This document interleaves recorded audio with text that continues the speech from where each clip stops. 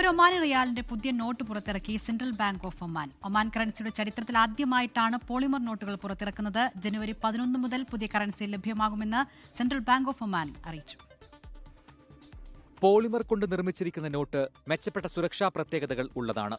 നിലവിൽ പ്രചാരത്തിലുള്ള കോട്ടൺ അധിഷ്ഠിത ബാങ്ക് നോട്ടുകളിൽ നിന്ന് ഏറെ വ്യത്യസ്തമാണ് പോളിമർ കൊണ്ട് നിർമ്മിച്ചിരിക്കുന്ന നോട്ട്. 145x76 മില്ലിമീറ്റർ വലിപ്പമുള്ള നോട്ടിന്റെ ഒരു ഭാഗത്ത് ഒമാൻ ബൊട്ടാണിക് ഗാർഡനും മറുഭാഗത്ത് സയ്യിദ് താരിഖ് ബിൻ തൈമൂർ സാംസ്കാരിക സമുച്ചയം, ദുഗ്ഗം തുറമുഖം, റിഫൈനറി എന്നിവയുടെ ചിത്രങ്ങളും പതിപ്പിച്ചിട്ടുണ്ട്. ഒമാൻ ബൊട്ടാണിക്കൽ ഗാർഡന്റെ മേലാപ്പിനോട് ചേർന്നാണ് നോട്ടിലെ സുതാര്യമായ ഭാഗമുള്ളത്. മാറുന്ന വർണ്ണങ്ങളുള്ള ഫോയിൽ സ്ട്രിപ്പിൽ രൂപപ്പെടുത്തിയ ഫ്രാങ്കിൻസെൻസ് വൃക്ഷത്തിന്റെ ചിത്രവും നോട്ടിന്റെ മുൻവശത്തുണ്ട്. നോട്ടിന്റെ പിൻഭാഗത്തായി നിറം മാറുന്ന രീതിയിൽ സെൻട്രൽ ബാങ്ക് ഓഫ് ഒമാന്റെ മുദ്രയും പതിപ്പിച്ചിട്ടുണ്ട്.